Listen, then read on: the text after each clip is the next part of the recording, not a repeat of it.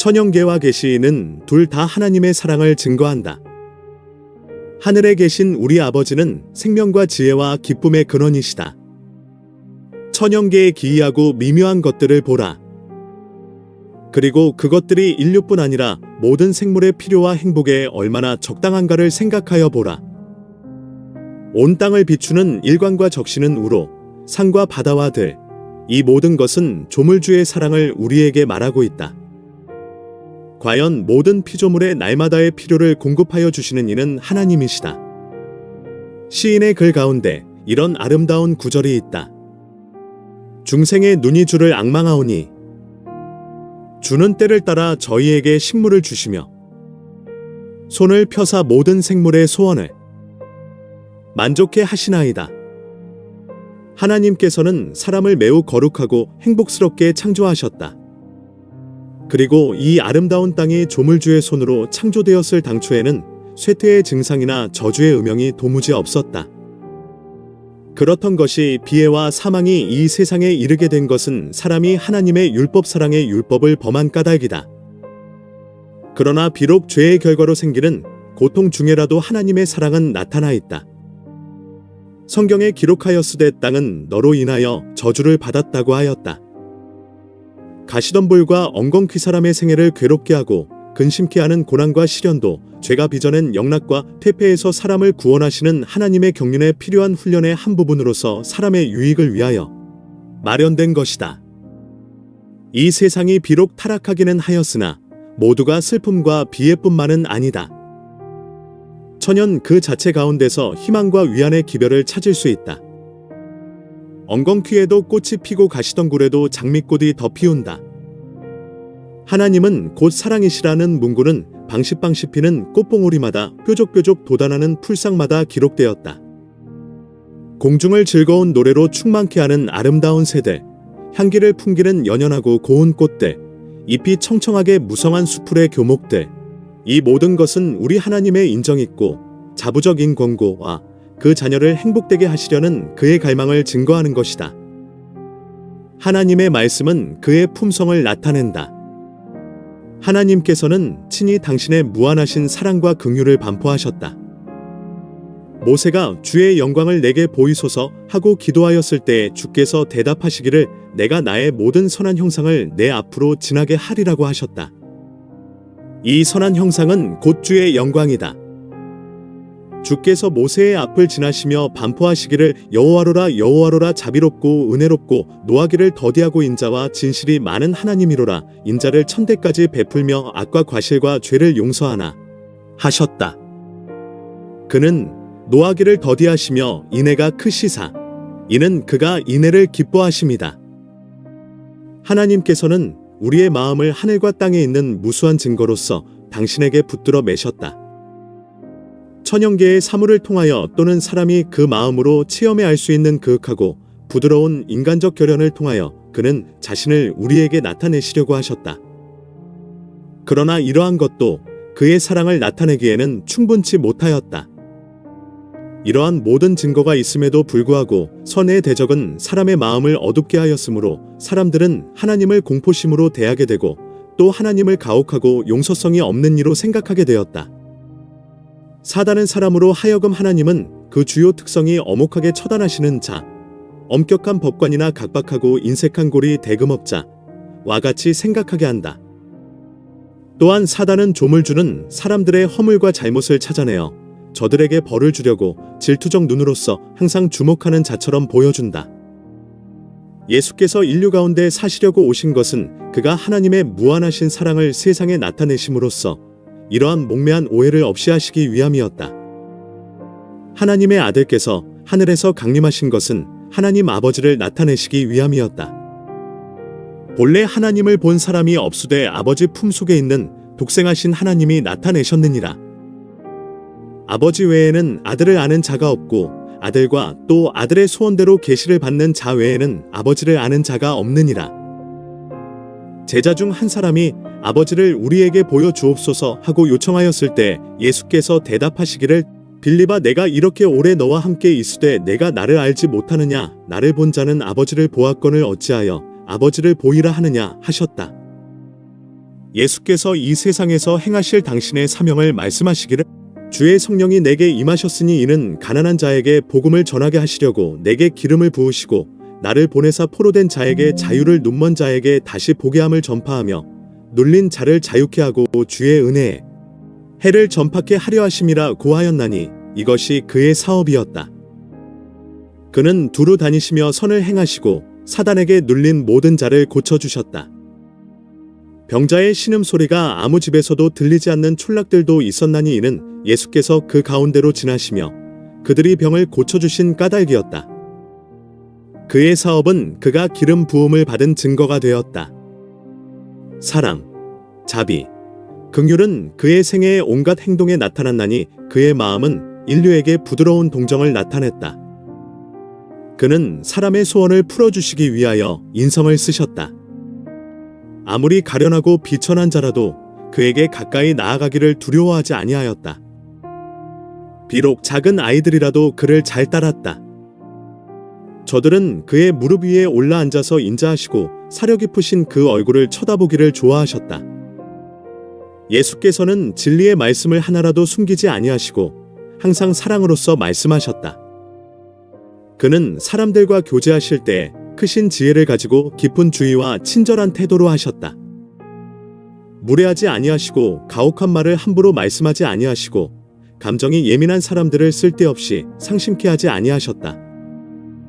그는 사람들의 약점을 비난하지도 아니하셨다. 그는 진리를 말씀하시되 항상 사랑으로서 하셨다. 그는 외식과 불신과 불의를 단연히 견책하셨다.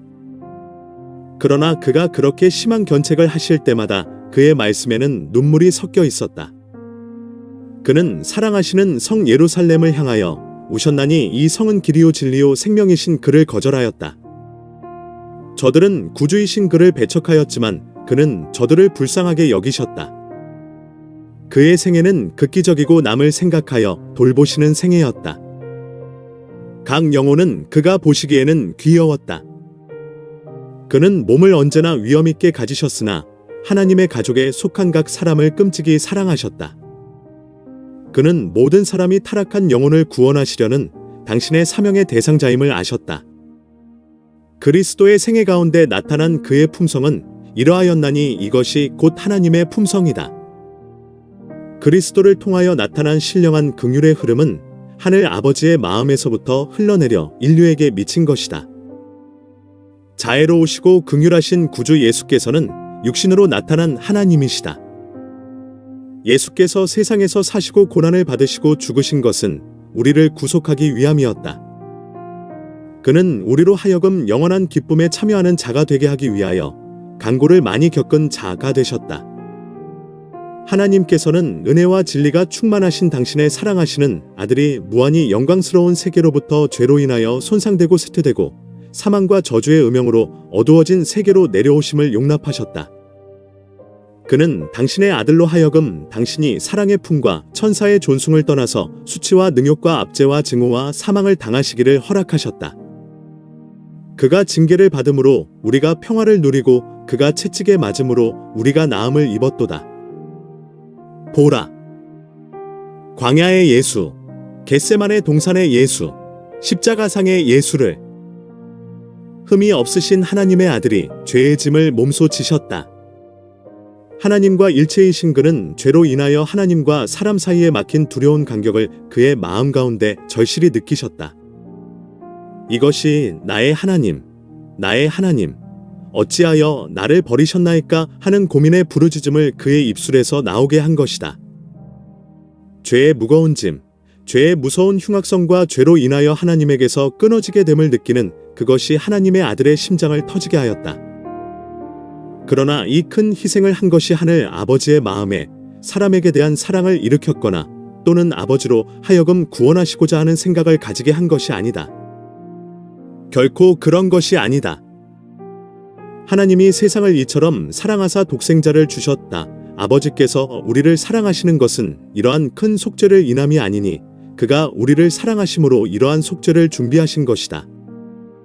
그리스도께서는 하나님께서 그 무한하신 사랑을 타락한 세상에 부어주시는 일에 매개자가 되셨다. 하나님께서 그리스도 안에 계시사 세상을 자기와 화목하게 하셨다. 하나님께서는 그 아들과 함께 고통을 당하셨다. 겟세마네의 고민과 갈바리의 죽음으로써 무한한 사랑의 마음을 가지신 자께서 우리의 구속의 값을 갚으셨다.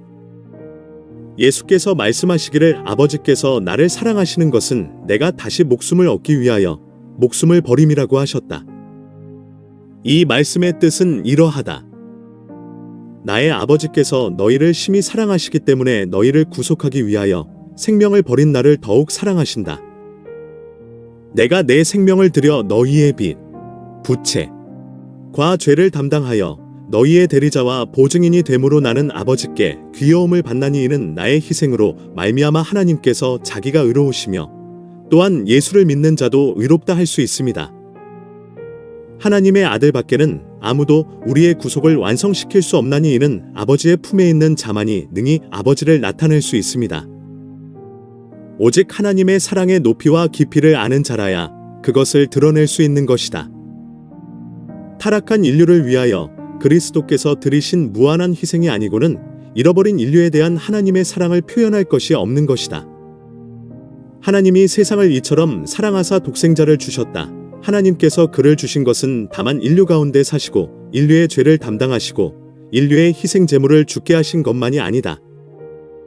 그는 그 아들을 타락한 인류에게 아주 주셨다. 그리스도께서는 인류에 이익되는 것과 필요한 것들을 당신의 것으로 여기시는 것이다. 하나님과 일체이셨던 그는 도무지 끊을 수 없는 줄로 그 자신을 인류에게 붙들어 매셨다. 예수께서는 우리를 형제라 부르시기를 부끄러워 아니하신다. 그는 아버지의 보좌 앞에서 인성을 쓰신 우리의 희생 제물이시오, 우리의 중보자시오, 우리의 맏형님이시오, 영원한 시대를 통하여 당신의 구속하신 인류와 일체가 되신 인자이시다. 그리고 이 모든 것은 인류를 멸망과 죄의 타락에서 건져내시고 또한 인류로 하여금 하나님의 사랑을 반사시켜 거룩한 기쁨을 누리게 하려 함이라. 우리의 구속을 위하여 갚으신 대가 곧 그 아들을 주사 우리를 위하여 죽게 하신 하늘 아버지의 희생은 그리스도를 통하여 우리가 어떠한 자가 될 수 있다는 것에 고상한 관념을 우리로 가지게 하는 것이다. 성신의 감동을 받은 사도 요한은 멸망할 인류에 대한 하나님의 사랑의 높이와 깊이와 넓이를 보았을 때 찬탄과 존경의 마음이 충만하여 이 사랑의 위대함과 그윽함을 표현할 적당한 언사를 찾지 못하여 세상을 향하여 보라고 부르짖었다.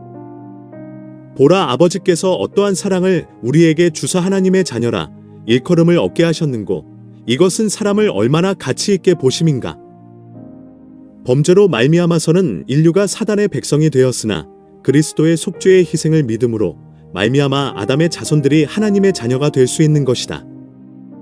그리스도께서 인성을 쓰심으로 인생을 고상하게 하셨다. 타락한 인류가 그리스도로 더불어 연합함으로 과연 하나님의 자녀라는 명분을 가지기에 합당한 처지에 있게 되었다. 이러한 사랑은 무엇으로든지 비할 수 없다. 하늘나라 왕의 자녀, 귀한 허락. 이는 가장 깊이 명상할 제목이다. 당신을 사랑치 않는 세상을 사랑하는 하나님의 무한하신 사랑.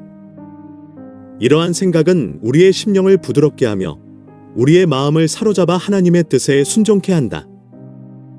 우리가 하나님의 품성을 십자가에 비추어서 연구할수록 그의 자비와 온유가 공평과 의로 섞인 사유를 깨닫게 되는 것이요 또한 그의 무한하신 사랑의 무수한 증거와 자기의 불순종하는 자녀에 대한 자모의 애정보다도 뛰어난 인정 깊은 자애를 느끼게 되는 것이다.